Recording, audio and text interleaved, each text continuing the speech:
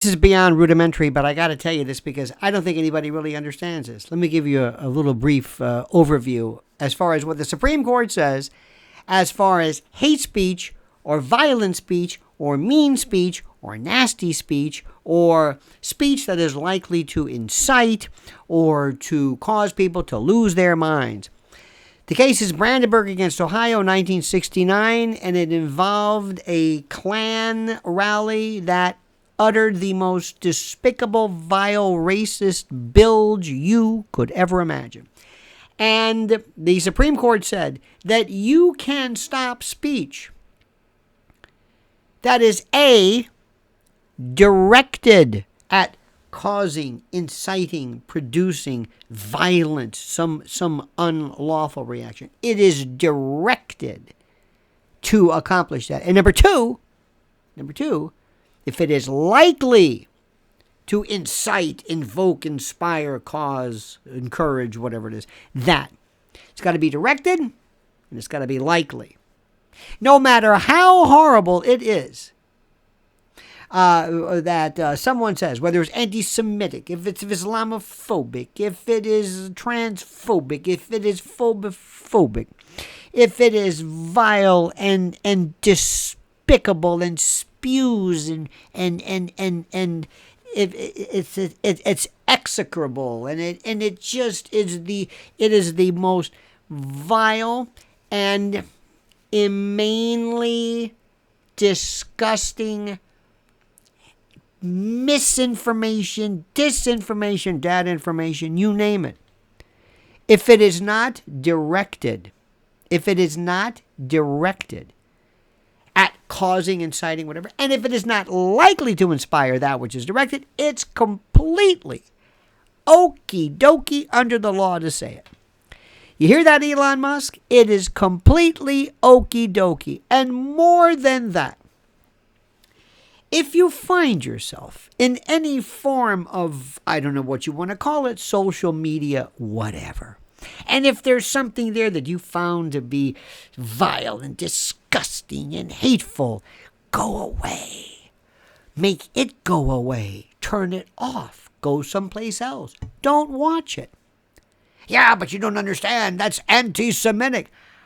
What about people who show vile video footage of kids beating the hell out of a New York City cop?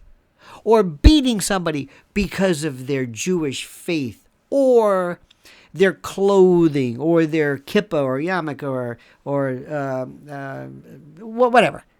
Do you understand what we're talking about? If somebody wears the keffiyeh, I know I'm mispronouncing these terms, but if somebody wears something that is pronouncedly Palestinian, and somebody's beaten up, and you show people beaten up, why isn't that reportage? Why isn't that considered in and of itself inspiring hate and violence and the like? Why? Because it's reporting something. That's it, because it's merely reporting something. Now let me tell you something.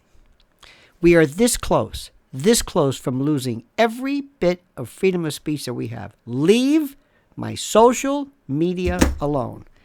And Elon Musk, leave him alone. Okay?